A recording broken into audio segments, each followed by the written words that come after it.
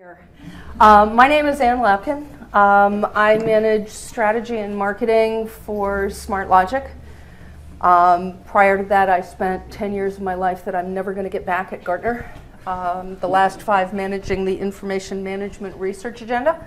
And with me today is Toby Conrad. Toby is our SVP of sales. And we are going to talk today about the information platform of the future, the combination of MarkLogic and Smartlogic that actually delivers a whole which is far greater than the sum of the parts. I have to think when I say that because I always get it a little bit wrong. So what we thought we'd talk about today is a little about what we're hearing from our customers and the kinds of problems that they're facing, and then about specific use cases in 4 industries: life sciences, financial services, media and publishing, and healthcare.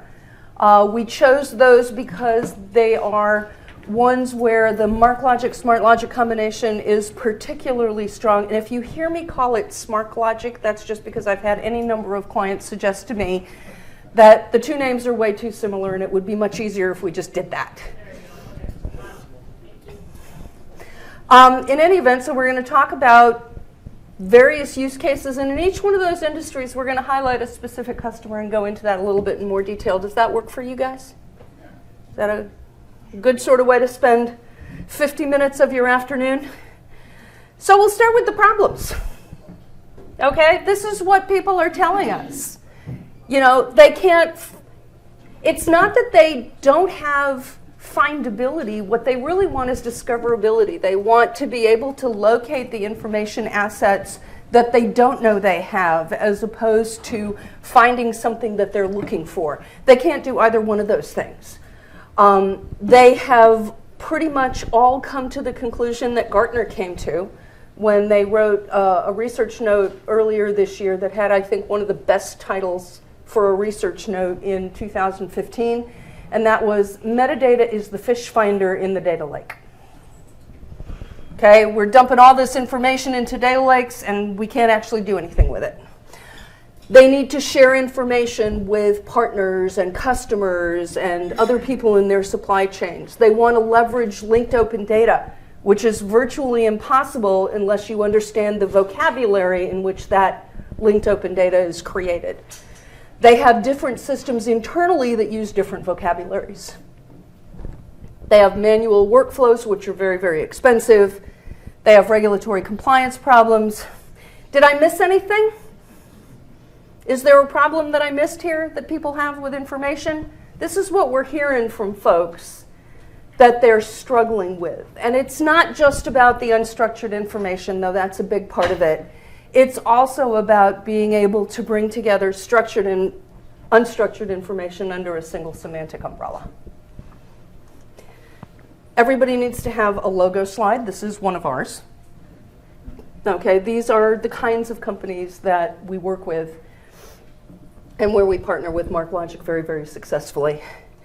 And what they're doing is essentially boils down to 3 functional use cases. They're either doing enrichment, okay? They are enriching information assets with metadata that make that information more usable. They are extracting facts, entities, and relationships from the information assets in order to use them in workflows or to use them for downstream sophisticated analytics. And I think this is actually the most interesting use case, and it's the one that we are seeing more and more frequently, is the harmonization one, where people actually want to harmonize the metadata standards for a variety of disparate systems to a consistent canonical model. In essence, building a data warehouse or a data mart in a fraction of the time at a fraction of the cost.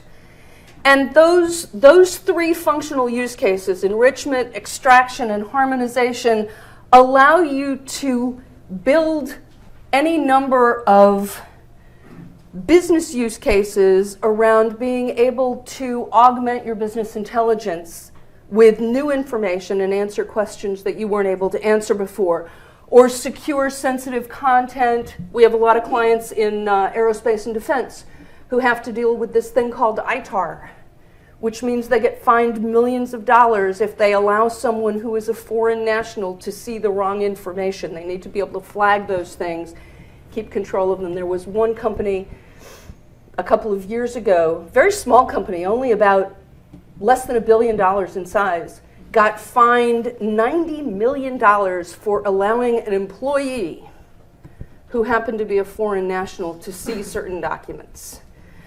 They need to be able to manage records. They need to be able to drive workflow and case management. We're going to be talking a little bit later about a case study that we did with, or a use case that we did with KPMG, where they're actually driving a regulatory workflow around know your customer regulations and anti-money laundering regulations using a combination of MarkLogic and Smartlogic. You need to be able to harmonize your data. We'll be talking a little bit in more detail about that too. Find and discover expertise, find and discover information, and so on.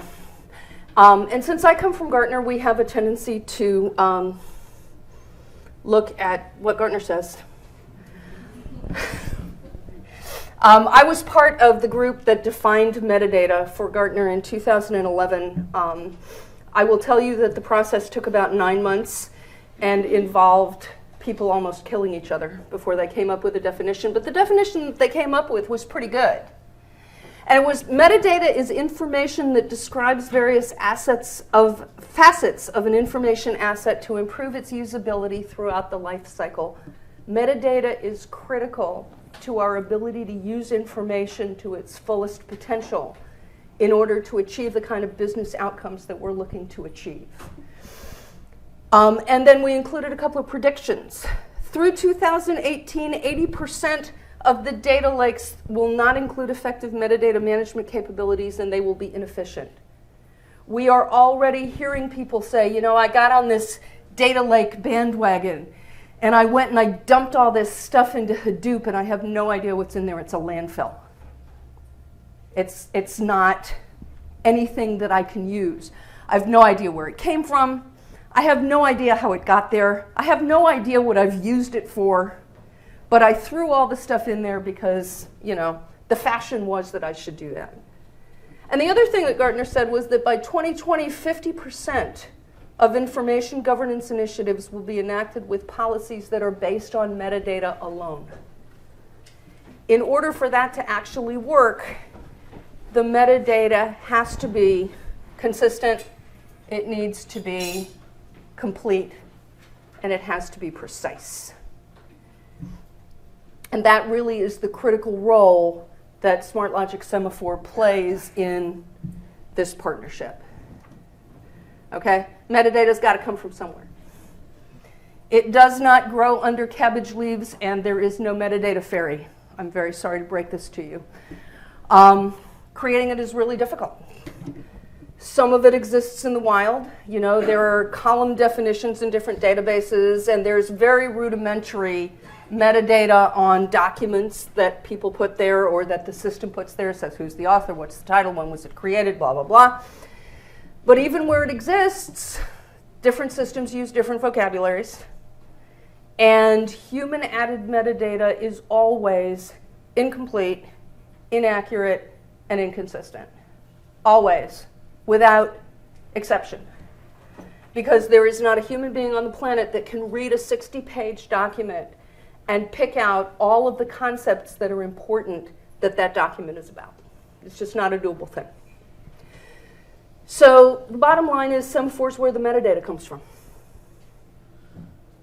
Okay, it is not delivered by Stork. It comes from Semaphore. So now what we thought we'd talk about a little bit is life sciences. We've spent a lot of time, the Smartlogic team, SmartLogic here, you hear me?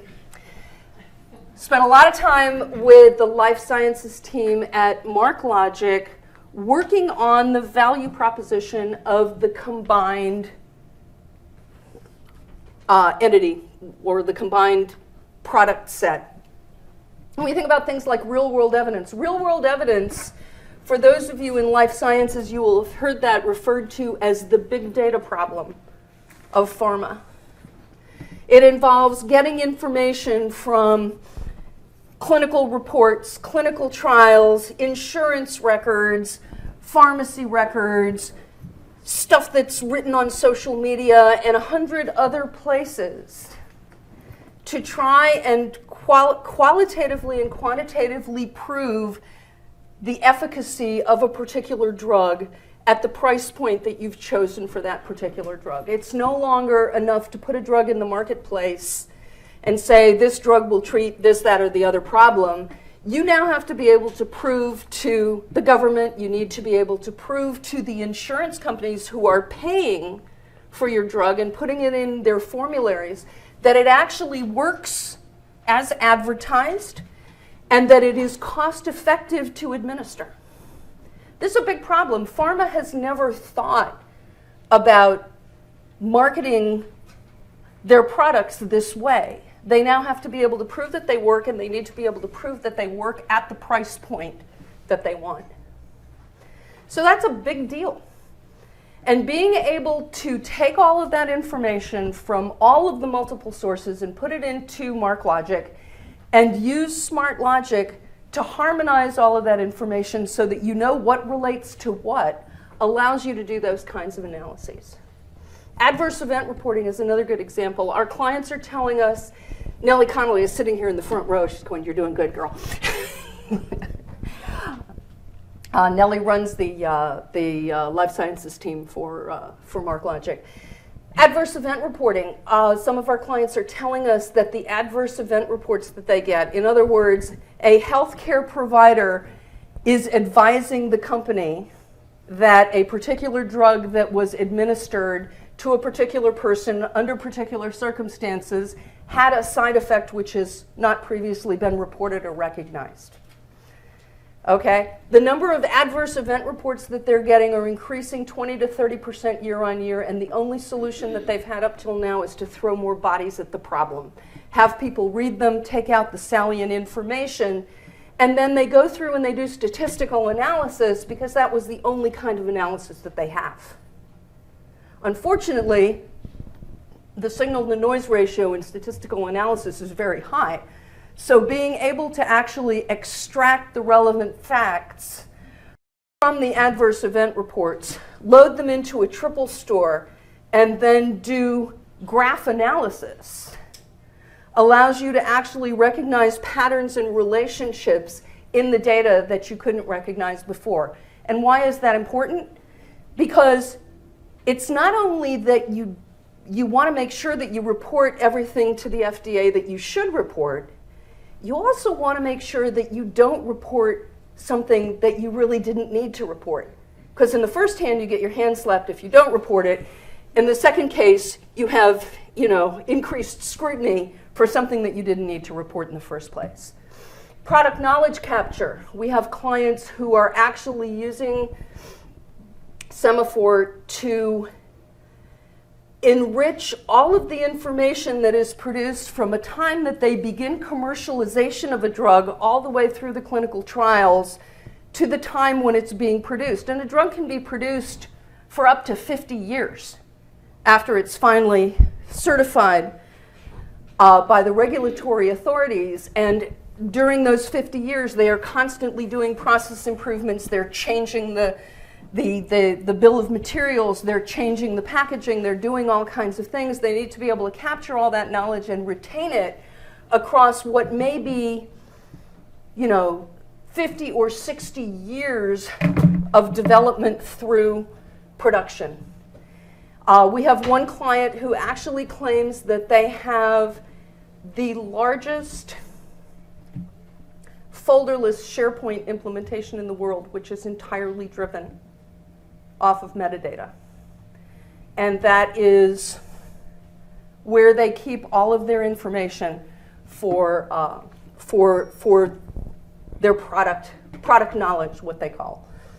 And this client actually told us that they did an evaluation to figure out how long it would take them to manually annotate all of the documents that they had for one product line, and it was going to take them in excess of 30 man-years. Kind of expensive. IDMP, for those of you who are in the pharmaceutical industry, IDMP is the European Union's gift to life sciences. They are mandating a new, more detailed way of reporting identification of medicinal products. This is a problem for pharmas because most of the information that they need is actually buried in those little package inserts. You know, the things that you get in the box that are in 4-point type that nobody can read with all the side effects and chemical formulations and all of that stuff.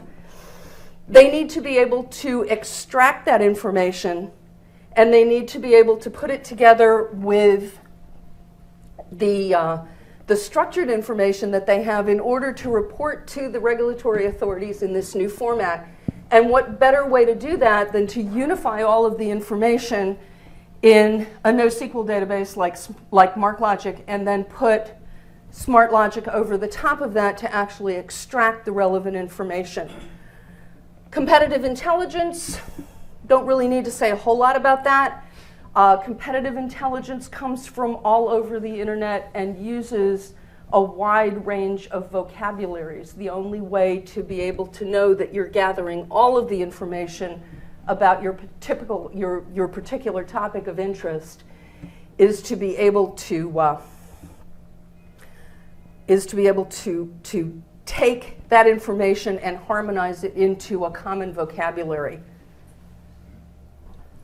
Clinical trial management, patient onboarding, being able to recognize and extract deviations from standard protocols in the administration of a clinical trial, finding out which of the contract research organizations that you work with has been most successful in doing clinical trials of this type and in which geographies. Clinical trial management is an incredibly expensive effort that most pharmaceutical companies undertake, and they would like to make that as efficient and as effective as possible. And I promised you a spotlight. So I'm spotlighting a company called AbbVie, who are using MarkLogic and Smartlogic to essentially provide a unified view of all of their information sources for a particular topic of interest. So they want to be able to return from all of their various internal and external repositories, depending on what they're looking for, information on prior research that's been done on a topic which is similar to this one, research which is being done in other parts of the world on this current topic, external literature that is pertinent to that current topic, and a whole range of other sources, including their laboratory information systems, which contain the results of the experiments that they do. And so they're using a combination of MarkLogic and Smartlogic to unify all of that information and to be able to find all of that detail from different information sources. And now I'm going to ask Toby to talk about financial services. Thank you. Because I'm tired of talking.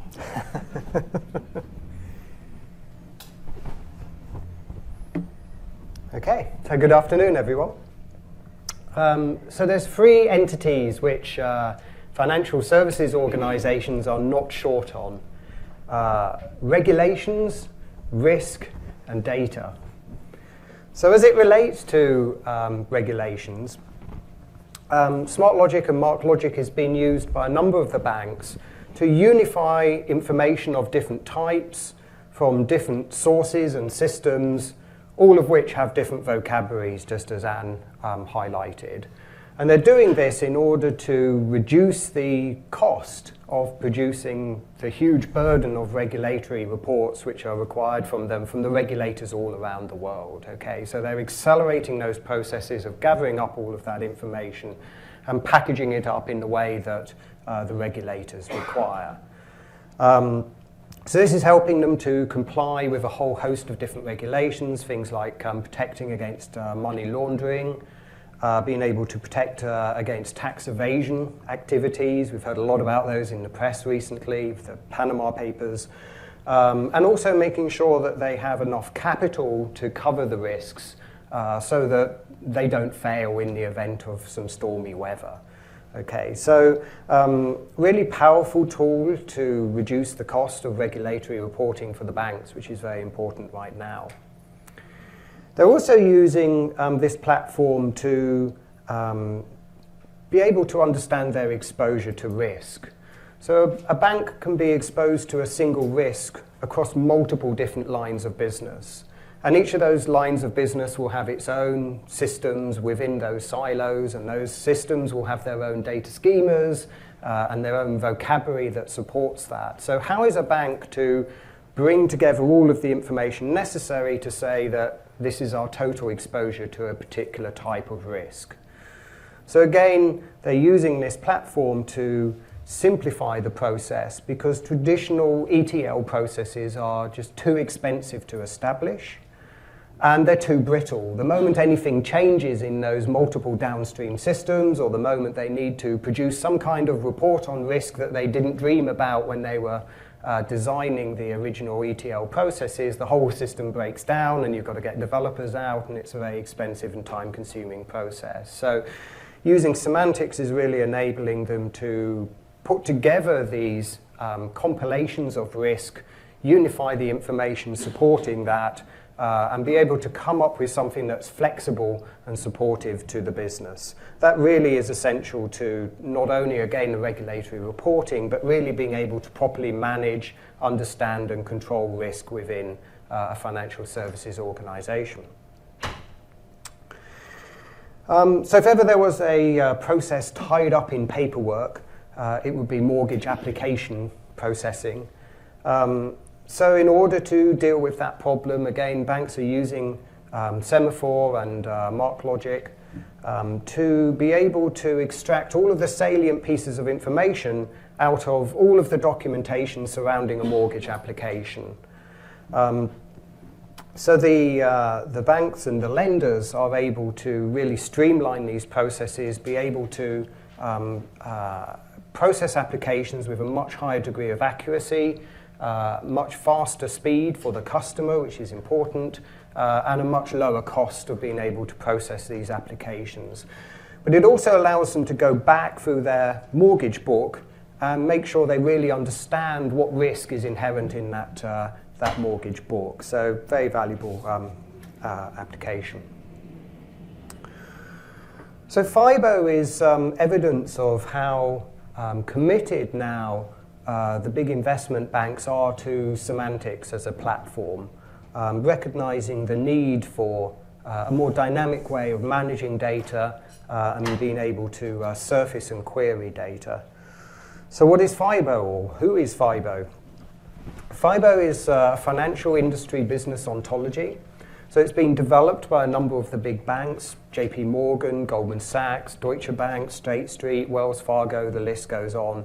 And they're putting an enormous effort into developing an ontology that describes all of the information that they need in order to improve intra and interbank communication, to be able to support regulatory reporting, gathering up all of that information to do it, and to be able to improve the automation of business processes within the bank. So this really sort of heralds the adoption of technologies like MarkLogic and Smartlogic within the banks, because they've already done a huge amount of the work necessary in developing these canonical models and ontologies that describe all of the information necessary to run a bank and to create consistency around it so that communication and interoperability becomes much, much easier. Toby, this is probably the place to tell people also that we have taken FIBO-V, which is the vocabulary version, and loaded it into Semaphore and made it available as a trial. Right, yeah. So if you come visit our website and I think we have a FIBO page. We have a FIBO page, and it takes you to trials.smartlogic.com/FIBO, Yep. which will give you access to the FIBO vocabulary Within for those our of you in software, financial yes, services. Yes. Here you'll see our software with the vocabulary loaded, and you can explore it there. Thank you. So I wanted to just put a spotlight onto a project we did with KPMG, which Anne alluded to earlier. So KPMG are providing a service to the Tier 1 and Tier 2 investment banks to help them streamline the onboarding of customers. So they onboard, tens of thousands of fund managers, hedge funds, asset managers, and all kinds of other customers. And in doing that onboarding process, which actually has to be repeated every year, they have to make sure that they are complying with anti-money laundering regulations like Know Your Customer, tax evasion regulations like FATCA, and so on. And the fines are literally $1 billion upwards if they get this stuff wrong and they're found to be, supporting terrorist activities inadvertently by laundering the funding for those organizations. So it's something very, very serious that the banks have to, comply with. So in order to onboard a customer, there are literally hundreds of different document types that have to be provided, from tax forms to passports to articles of incorporations to shareholder registers, all kinds of information. And within those hundreds of different document types, there are thousands of different data points that have to be extracted from those documents. And then all of those data points have to be cross-referenced to make sure that everybody is who they say they are and the organization is legitimate and all the trails sort of follow through. So it's quite an investigative process that requires the bringing together of all kinds of structured data along with all of the data points that are extracted from all of these different documents. And those all have to be cross-referenced. So Semaphore is used to perform all of that extraction, to populate all of the triples into MarkLogic. Sometimes we say Semaphore is where the triples or where the metadata comes from. And then MarkLogic is a great store to query all of this information, do all the cross-referencing, and make sure that everything is exactly as it should be. And then that becomes the reference data that the bank uses to manage that customer. So it feeds into downstream systems, banking systems, to support the day-to-day operations. So by automating these processes and using a very flexible data store, have dramatically reduced the cost and time it takes to onboard customers. Crucially, they've made sure that they are compliant with regulations around the world, and also improve the quality of the reference data that's used in the core banking systems.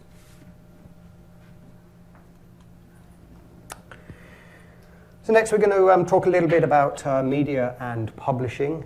One of my customers in publishing told me that content is king, but taxonomies ruled.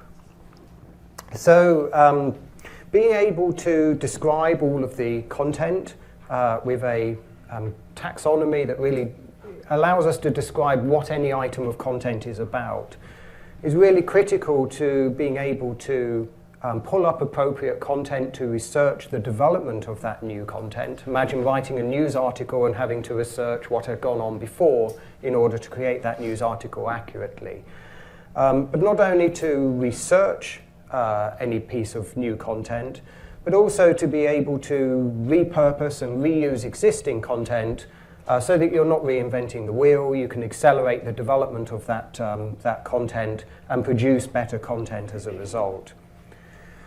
But also, if you can profile your audience with the same taxonomy that you use to profile the content, then you can do a much better job of generating just the content that's really going to be relevant to your audience and not generating lots of irrelevant content. It really helps you to identify where the gaps in your content may be. And once you've got that, you can also use that same approach to make sure that you're targeting the content to the audience in the most relevant way possible through all of the different channels. So much better targeting, much better understanding of your audience, and much better creation of content that's really going to fit the needs of that particular audience. So obviously this is an absolutely critical discipline for media and publishing firms to get right. They spend a lot of time and effort on this. But actually in the digital world today, we're all having to communicate electronically with our customers, with our partners, maybe our resellers, with our employees and other stakeholders. So in many ways, we're all actually media and publishing firms. We all have to publish out important content.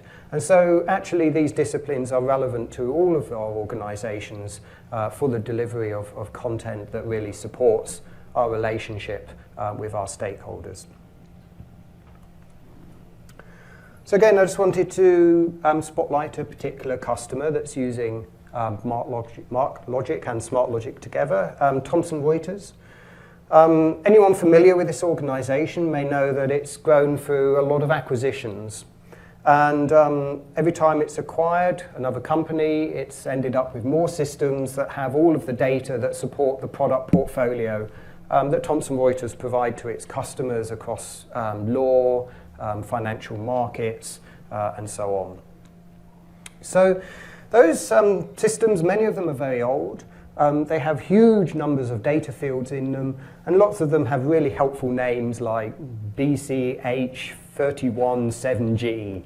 And so the poor developers are looking at these massive data fields, trying to understand what they are, where's that particular data field that they're looking for. Very much like the data warehouse problem that Anne described. You know, there's all this information out there, but how do you really understand what it is and where it came from, what it really means? So Thomson Reuters actually did quite a big investigation on what it would take to replace all of those existing systems with one new system that would hold all of the data that supports their products. But you can imagine the conclusion that they came to, right? It's just too expensive. How would they make sure that all their existing products that customers are using every day don't, go down as they replace the entire back end for them? It's just too expensive, too risky, too time consuming, too much to take on.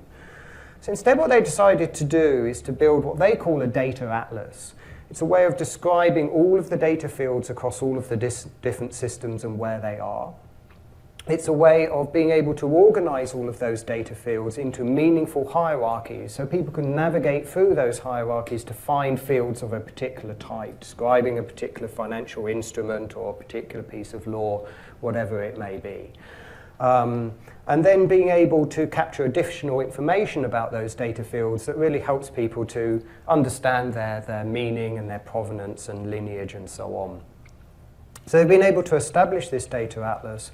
As a result of doing that, their developers can build new products and enhance existing products in a fraction of the time, which allows them to be much more responsive to their customers and to the market. But they've also been able to expose some of this data atlas through the products so that their end users can much more quickly build reports, run analytics using the whole gamut of fields which are available within the Thomson Reuters product portfolio. Anne? I get to talk about all the fun stuff. I'm going to talk about healthcare. Healthcare is a little bit different from life sciences. We have a number of joint clients in the healthcare space too. And when you look at the things that are driving the healthcare market these days, they really boil down to four things, okay?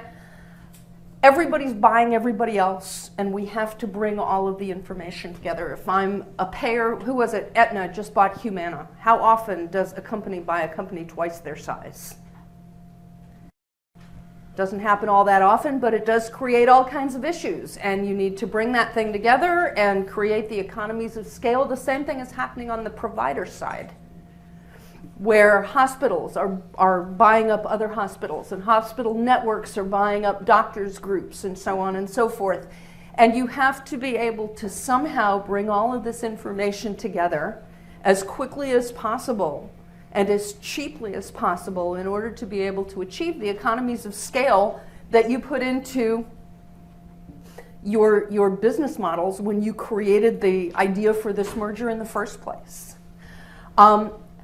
You need to be able to understand your patients. This is where harmonization gets really, really interesting, because if I am an integrated healthcare system, which means that I have clinics and I have hospitals and I have, visiting nurses, and I also have an insurance company that provides benefits to all of these people, I need to be able to understand that Jeff over here is a patient to the doctor, he's a client to the pharmacist, and he is a member to the insurance company, but he's all the same guy. And I need to be able to get a view of him, and I need to be able to have a model that accommodates all of those different relationships and perspectives. I need to be able to do predictive analytics. I need to be able to predict who in my patient population is at a high risk of being readmitted to the hospital with the same condition within 30 days. Because guess what? The insurance company doesn't pay for it the second time. They say, do over on your dime. You didn't fix him the first time. You need to fix him now. One of my healthcare clients told me that they've actually discovered that the single biggest predictor of whether a patient is at risk of readmission is the nurse's comments in the patient record in the last few days before the patient is released from the hospital. Okay, there is gold in the text, and you need to be able to extract that information, and you need to be able to do the analysis. We actually have one customer who used Semaphore to extract information from doctors' records, from databases that recorded drug interactions, records of visiting nurses and social workers, to predict which patients over the age of 75 were at risk of falling, because when people over the age of 75 fall, very often they break a hip, and when they break a hip, it usually ends very, very badly.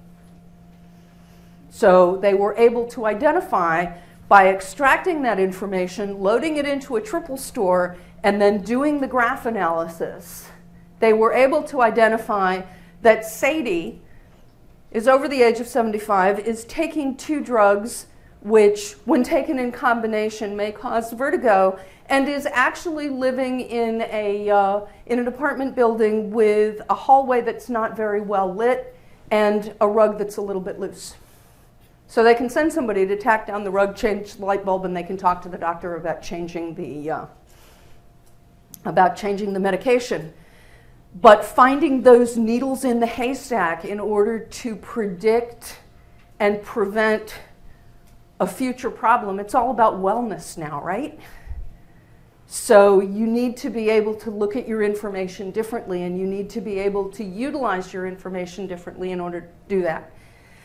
And just plain old information management. Hospitals, providers, insurance companies, they all generate huge amounts of information, and half the time they can't find what they have. They don't know that it's there. They create it a second time. Very often when they do that, they don't get the same answer as they got the first time, which creates its own set of problems.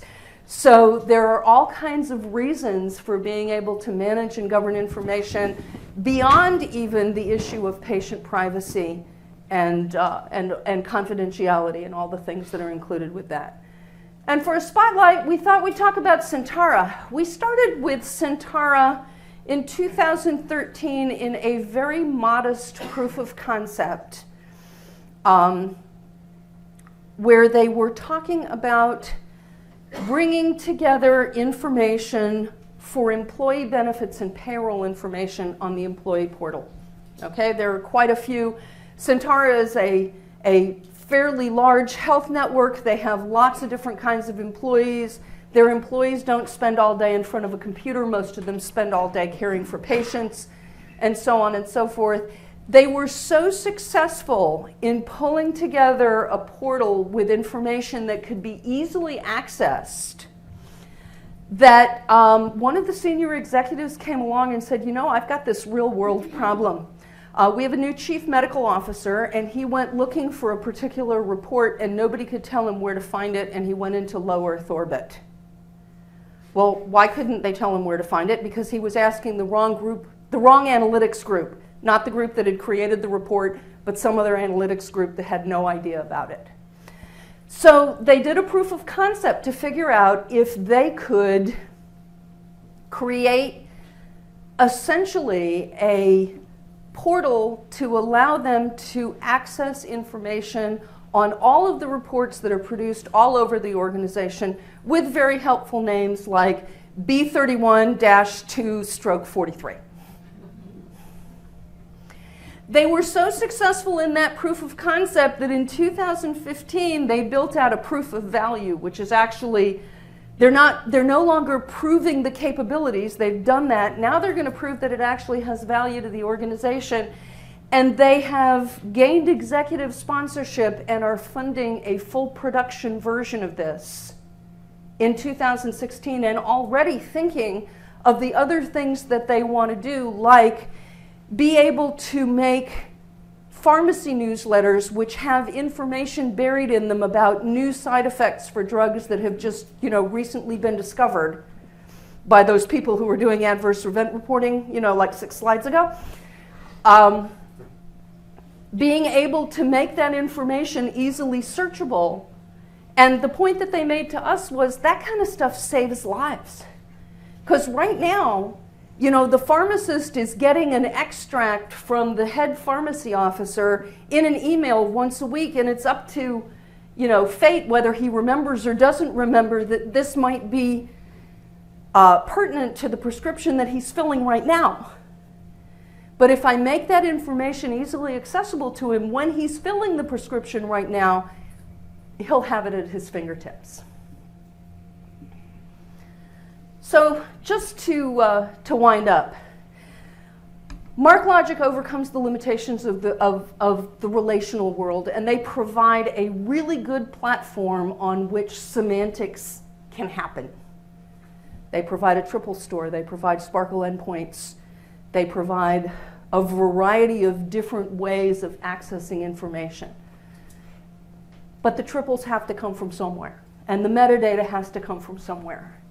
And Smartlogic is the part of the equation that actually solves the semantic problem. And the reason that the products fit so well together is because they are both enterprise grade, they are both built for large organizations, large volumes, high performance.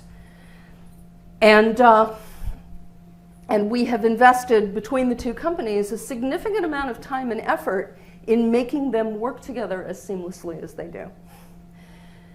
And just before we wind up, a picture of what that looks like. This was something that we actually put together to show the information platform of the future as a single consistent entity with the semantic enrichment, with the semantic modeling, feeding the search, feeding the information, and the enterprise data layer, which actually supports all the different types of information and all the different kinds of information with all the different vocabularies. And with that, I'm going to stop talking now and let you guys talk. Anybody have a question? What? No questions? I'm going to take that personally. Back to the previous slide and just explain more about how the two technologies work together. So MarkLogic can ingest all of this information.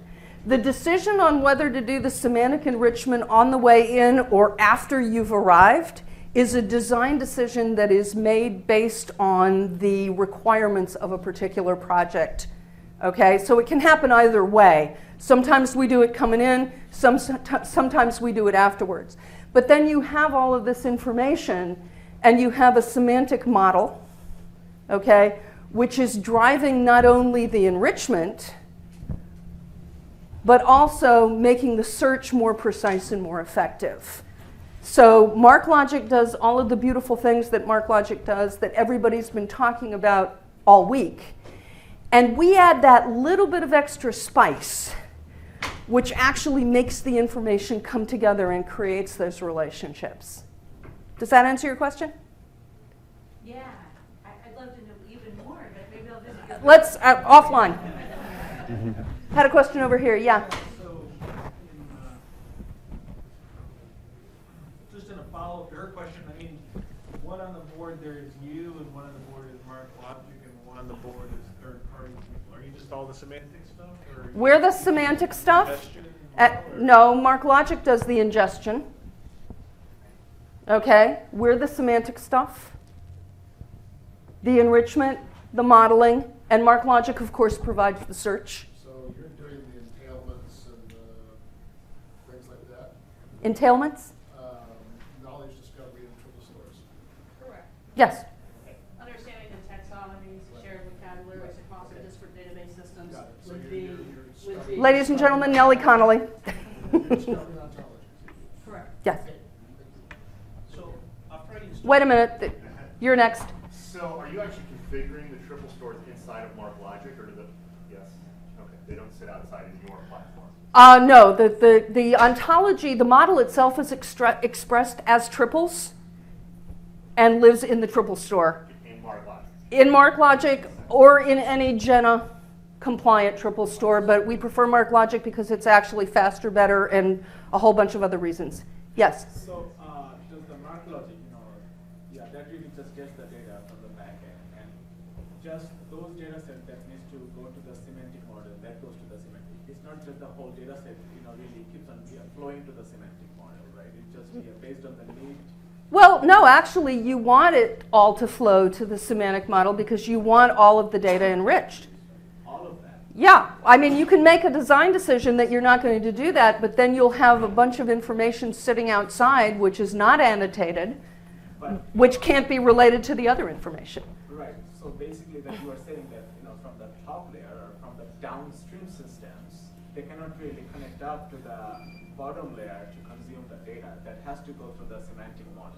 Well, you want it to, because it makes the consumption by the downstream systems more efficient. And this is for a strategic just decision making, or this is more of a tactical decision making? Both. This is Okay, depends on the information. Now you. So after we install and configure MarkLogic, what are the installable or configurable artifacts for Smartlogic? So for Smartlogic, you would install what we call ontology editor, classification server, and publisher, which are the components that actually do the annotation, and the MarkLogic connector, which is well documented and defined. Yes? Can you tell us about the process of building these semantic models, like people that are involved, like SMEs and all? Yes. Not about the software itself, but I mean So one of the major advantages of Smartlogic Semaphore is the fact that you don't have to have a PhD in linguistics to operate the tool. Many of them are very, very complex and require a good background in linguistic modeling. Semaphore is very easily accessible, and the workflow is built in such a way that you can easily involve subject matter experts in building your model. Now, we don't advocate that anybody start with a blank sheet of paper. Okay, you can start with a blank sheet of paper if you choose to, but typically there are industry models that you can use, that you can link to or ingest. Both of those things are possible. There are industry models that you can use which you can then customize for your own vernacular. You can actually mine you can mine your information sets, your corpus, to surface concepts that should be in your model. And then you can involve the subject matter experts, the people who really understand the domain, in the process very, very easily, so that the creation of the model it's never going to be painless, but it's less painful. Yes? So I could, let me pose a scenario and you tell me if I got this right. Okay. So I could, in theory, in your financial use case, Mhm. import all the 5 ontologies. Yeah? I could then edit them Yeah? Yeah. to the store. Yes. To meet my own needs. Yes. Yes. And then what do I do? Well, depends on what you want to do. How do you want to apply it? Okay, then you've answered my question. Yeah. Thank you. You can also link the model. So what you may want to do if there's a public ontology is to bring it in, but then create what we would call a linked model, which allows you to customize it.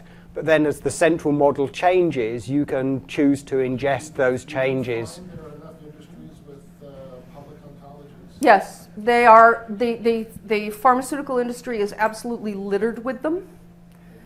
Financial services, healthcare has quite a few. Even oil and gas has a couple here and there. One more question, and then Wilson says we have to stop. Sure. Yeah. Oh, sorry. Yeah. He's the bad guy. Sorry. Do I have the question? Yes. Okay. So, yeah, just two questions. Wilson, is that okay?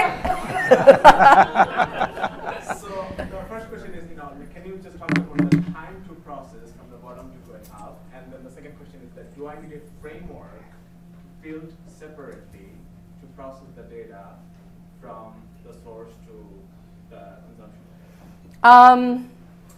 I'm not sure I understand your second question completely, but the answer I think is no. Okay. All right, you have the various connectors depending on where you decide to do the annotation. You have the various connectors from Smartlogic to a wide variety of things, from MarkLogic to a wide variety of things, and connectors on the top end as well. And I forgot the first question now.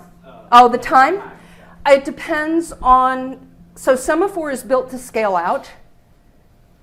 We have clients like CNN, okay, where the requirement is something absurd like under 400 milliseconds between the time that a new term is introduced until it's promulgated throughout the corpus. So, but they got a lot of capacity. They have a lot. They have a lot of cores. So it really depends on how fast you need it processed and how you scale it outwards. Wait, 400 milliseconds, that's a lot. Maybe it was 40. Did I add an extra zero? I think it's I don't remember. All right, thank you very much, guys.